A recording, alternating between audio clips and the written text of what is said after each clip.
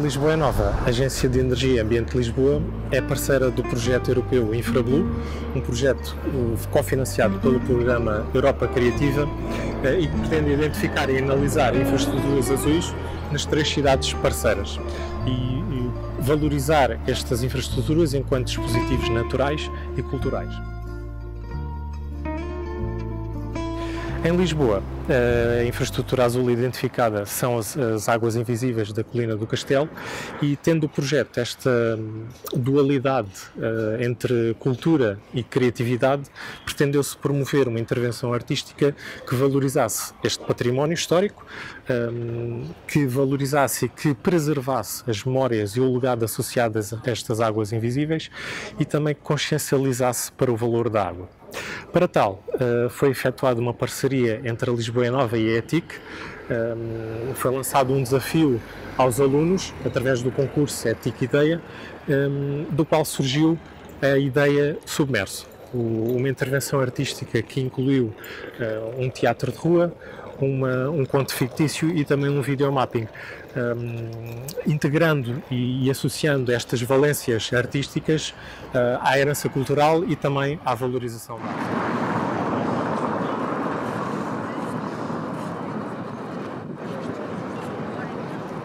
A Colina do Castelo foi o sítio onde nasceu Lisboa, e Lisboa só podia ter nascido aqui de facto, porque as cidades, para poderem existir, necessitam de vários fatores. Um deles, o fundamental e primordial, é a existência de água para consumo humano. A humanidade, o homem, não consegue existir sem água. E a implantação que foi feita nesta Colina do Castelo baseia-se essencialmente na existência de um grande lençol freático que existe por baixo da Colina do Castelo e que permite o abastecimento da população e da água para consumo humano. E aqui fazer talvez um pequenos parênteses para falar do que são essas águas, de facto,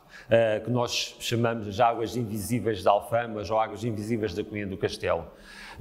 Elas, de facto, como já disse, são fundamentais para a estruturação da vida urbana da cidade, mas elas têm aqui vários níveis, tal como as estruturas hidrológicas que as vão recolher, têm também elas várias características. Sendo que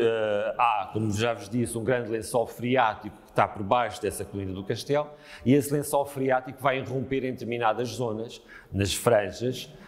da colina, nomeadamente na zona onde nós estamos neste momento, a zona ribeirinha, que era a antiga zona ribeirinha da Colina do Castelo, em que há uma série de nascentes que vão fazer com que a água brote e vão proporcionar o abastecimento à cidade de Lisboa. E essas nascentes que vêm do interior da terra têm várias características, sendo aquelas que estão nos chafarizes propriamente ditos, e nós temos muitos chafarizes nesta zona da cidade que são extremamente importantes e são definidores até do espaço urbano da própria cidade, que fazem esse aproveitamento das águas que vêm do interior da Colina do Castelo. Mas essas águas, por sua vez, vão se misturar com outra tipologia de águas que vêm de uma profundidade ainda maior e que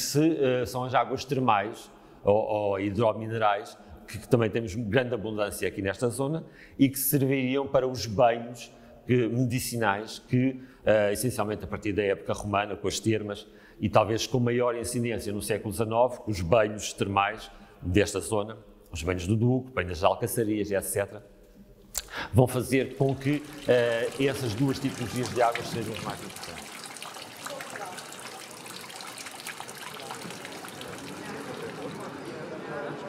Quando falamos do imaginário das águas, nós temos esta transversalidade que tem a ver, afinal, com a natureza humana na sua dimensão física, pelas necessidades inerentes para a sua sobrevivência,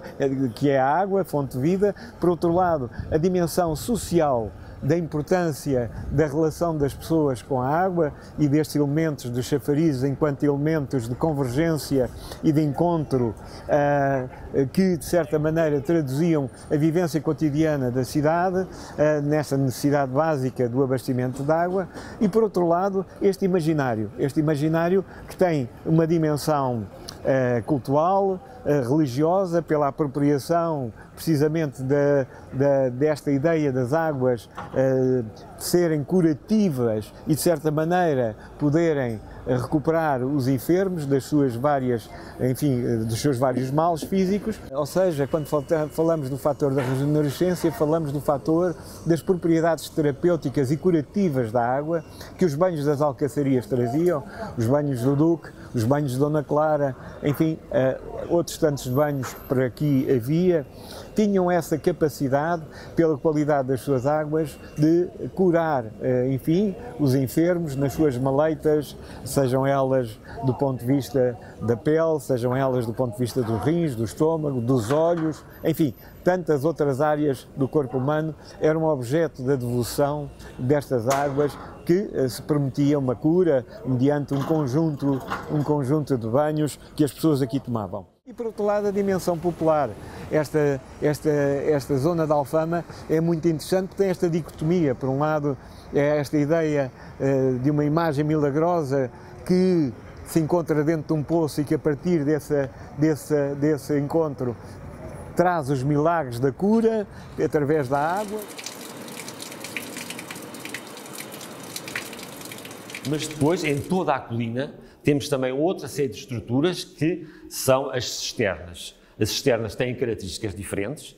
servem para fazer o aproveitamento da água da chuva, portanto já não se baseiam na água que está no subsolo, mas sim da água que cai do céu e que é aproveitada para o interior das cisternas,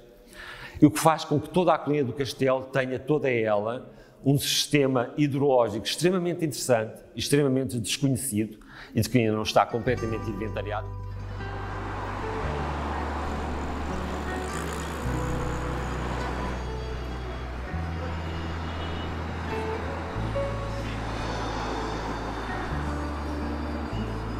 Bom, aqui estamos nós no Tardós do Chafariz del Rei, um dos chafarizes mais importantes de Lisboa, se não o mais importante durante a Idade Média e Moderna. A referência mais antiga que temos do Chafariz del Rei é de 1220, que era conhecido como o Chafariz de São João. A sociedade lisboeta vinha aqui toda pescar água, fossem eles escravos, forros, nobres, mulheres, toda a gente, toda a sociedade vinha aqui buscar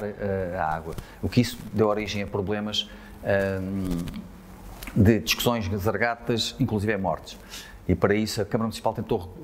regulamentar, em 1551 e 1604, nós os conhecemos, regulamentar todo o acesso às bicas, definindo a ordem das bicas, tipo aos escravos, a bica virada para a ribeira, enfim, e depois as mulheres na bica para o lado da Alfama. Durante todo o século XVII, como já vos disse, a procura era enorme, então a Câmara vai adquirir vários pontos de água para aumentar o caudal do Chafariz del Rei. Esta aquisição vai ser a construção da Mãe d'Água, em 1699-1700, que vai agregar todos estes pontos de água e encaminhar a água pelo um canal que liga aqui depois à conserva deste lado. A partir do século XVIII surge uma segunda etapa para esta história do abastecimento, que é a construção do Aqueduto das Águas Livres. O Aqueduto das Águas Livres começa a ser pensado a partir de 1719, estamos no reinado de Dom João V. O Aqueduto das Águas Livres vai não só permitir modificar a face da cidade, transformando completamente o urbanismo deste período, rasgando praças, reformando outras, colocando como pontos fulcrais os chafarizes. Este aqueduto permitiu o quê? Permitiu não só aumentar o número de chafarizes, mas também permitiu aumentar a quantidade de água por pessoa na cidade de Lisboa. No início do aqueduto falávamos cerca de 4 litros por dia por habitante, no final do aqueduto já se pode falar em cerca de 14 litros de água por dia por habitante.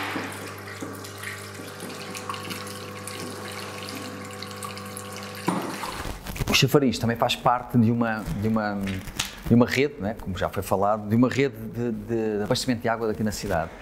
Temos este chafariz, temos as alcaçarias, temos o chafariz de dentro, ou dos cavalos, e a Penapoquel, e que toda esta água foi, no século XIX, necessária para abastecer todo o lado oriental da cidade de Lisboa. Foi tudo encaminhado para o Museu do Fado, para a estação elevatória da praia, hoje em dia Museu do Fado, que tem uma grande cisterna na parte de baixo, e daqui era bombeada a água para o depósito da Verónica, que fica ao pé da Feira da Ladra, para depois encaminhar a água para o seu lado oriental. Este sistema não funcionou muito tempo, depois foi construído o ramal do Alviela e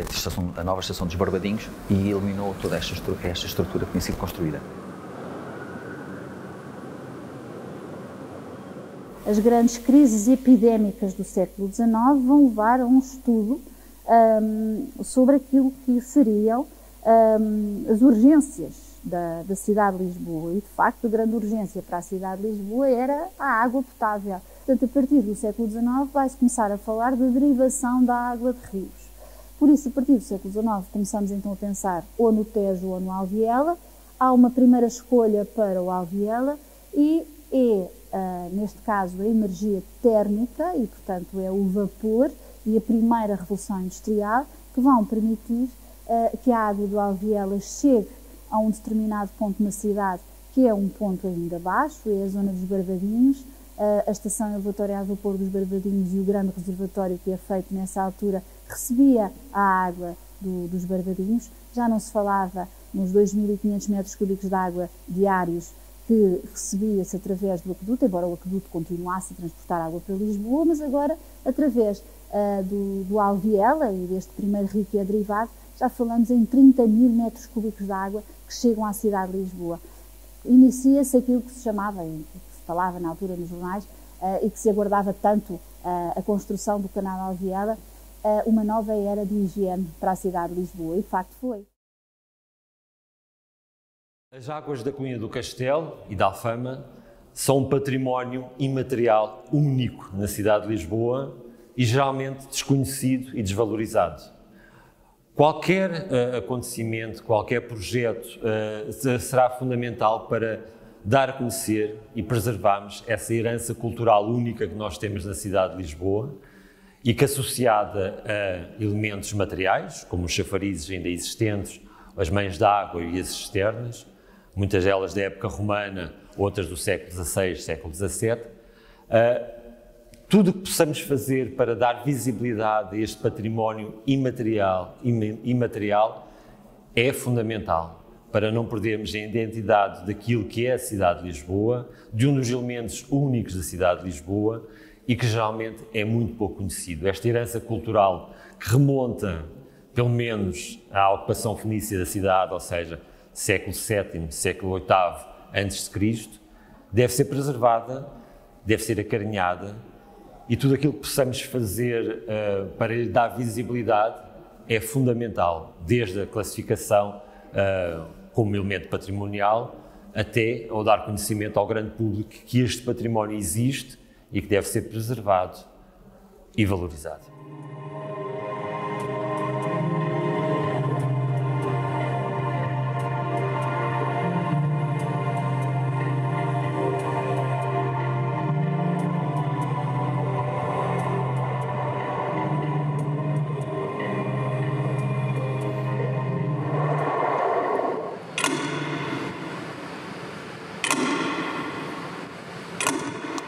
Grupo, a gente focou muito na questão das águas invisíveis, ou seja, águas que estavam por baixo da terra, e por isso que a gente criou o nome submerso, e achamos que esse era um bom conceito para partir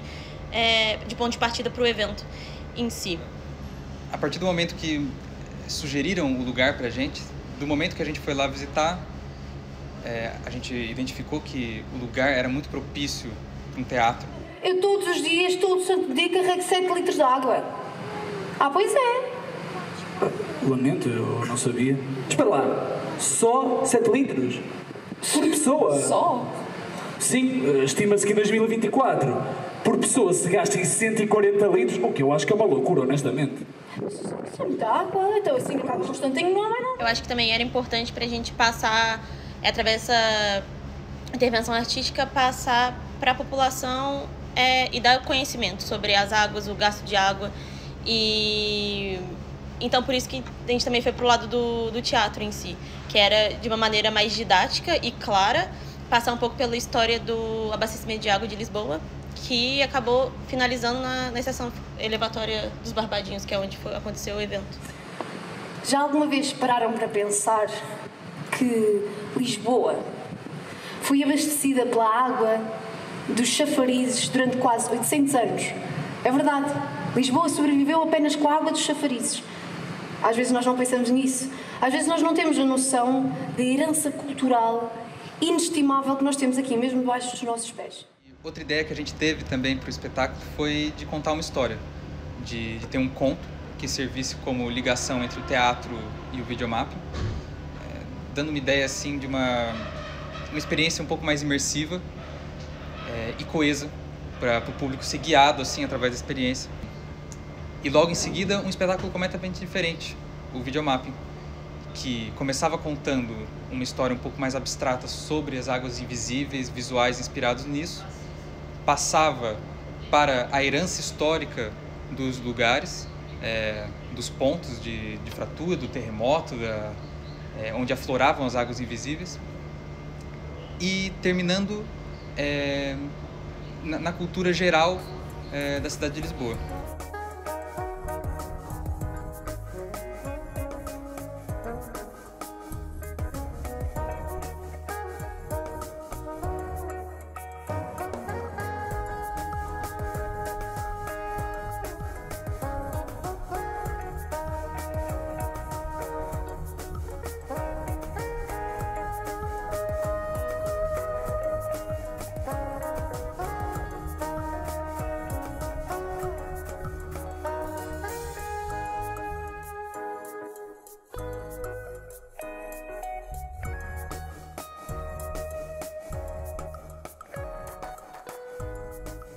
Eu acho que para mim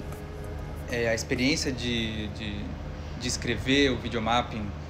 escrever essa parte do espetáculo, pensar no que seria interessante para o público ver, no que seria apelativo visualmente, eu acredito que deu para chegar num equilíbrio interessante entre o nosso tema das águas invisíveis, pegando o contexto do projeto Submerso, misturar com a herança cultural de Lisboa e trazer símbolos dos dois.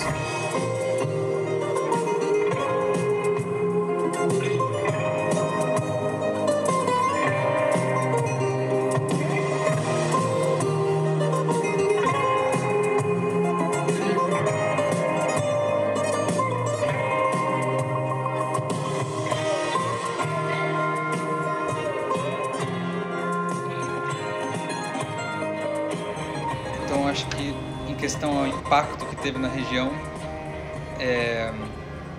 foi bem interessante perceber a reação das pessoas depois da apresentação, que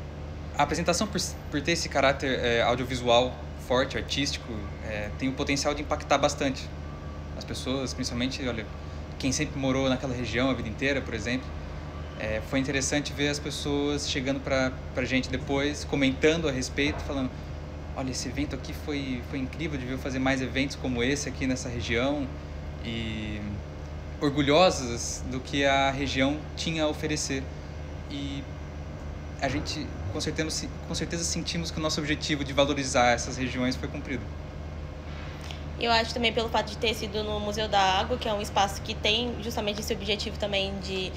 educar e de conscientizar as pessoas quanto ao consumo de água na cidade. Acho que é uma boa junção, assim, que era o nosso objetivo, o objetivo do espaço, e é um lugar que está aberto e que as pessoas podem ir lá, né, visitar. Então acho que o impacto ele fica também por esse lado, assim.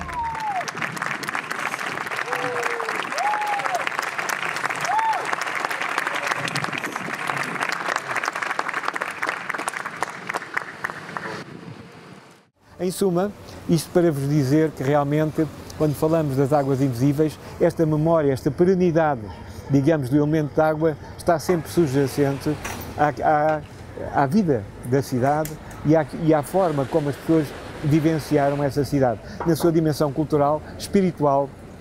popular e histórica. É por isso que temos que olhar para as águas sempre como um elemento de património imaterial, mas que nos traduz na expressão daquilo que é a sua vivência social, mas que traduz efetivamente um valor acrescentado na cidade de Lisboa, em diferentes zonas, aqui na zona histórica, evidentemente, mas noutras zonas, onde essa água continua teimosamente a traduzir-se como uma marca d'água indelével naquilo que tem a ver com a história da cidade de Lisboa. É por isso que vale a pena continuar a falar deste património que é a água e daquilo que ela também nos fala sobre o futuro que aí temos pela frente.